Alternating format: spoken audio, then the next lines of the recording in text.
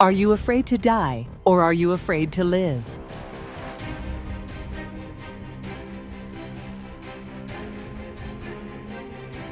Welcome to Pangaya Institute. Mind.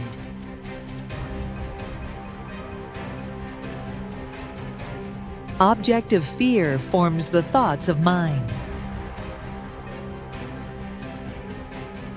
Who is afraid to die is haunted by sheer idea of death.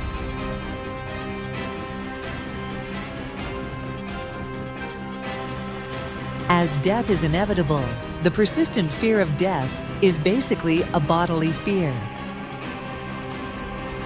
When the fear of death crosses all the borders of common sense, it drives mind crazy. It makes an individual see death everywhere. It makes one decide to give up any initiatives and lead a life without life.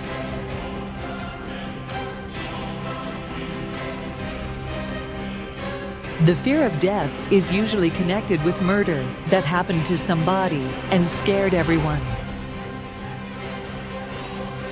It can be compared to a witness of crucifixion of our Lord, who got shocked and blocked so much to have started to avoid anything that could link him to our Lord, including his own life. Mind.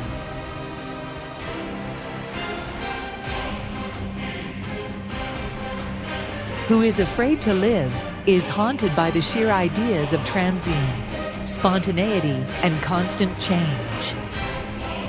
After birth, life is inevitable. Thus, the fear of life is basically a calculative fear of material loss. If the fear of life crosses all the borders of common sense, it drives mind crazy. It makes one see life threats everywhere and starts to demand more and more guarantees for safety.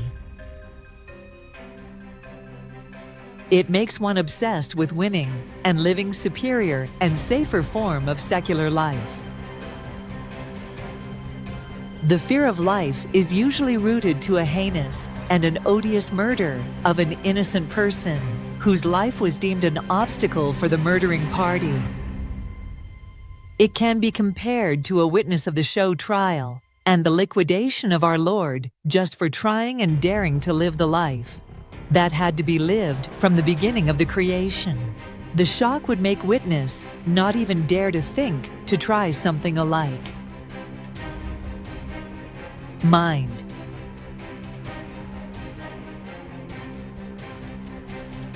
The idea of God transcends life and death and calms restless mind. But if God does not exist or is not alive, all the belief is completely useless. God has to be and God has to live, otherwise God's help cannot have any effect. Disbelief cannot calm constantly trouble, seeking restless mind. Mind.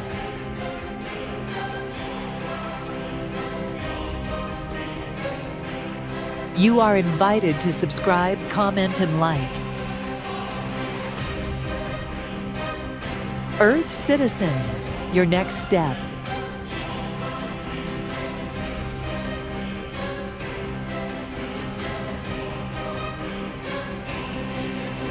Thanks for watching.